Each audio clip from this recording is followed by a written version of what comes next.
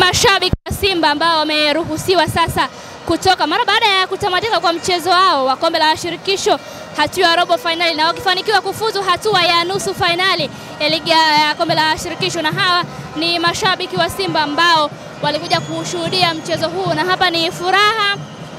vifijo na nderemo kwa mashabiki hao, wao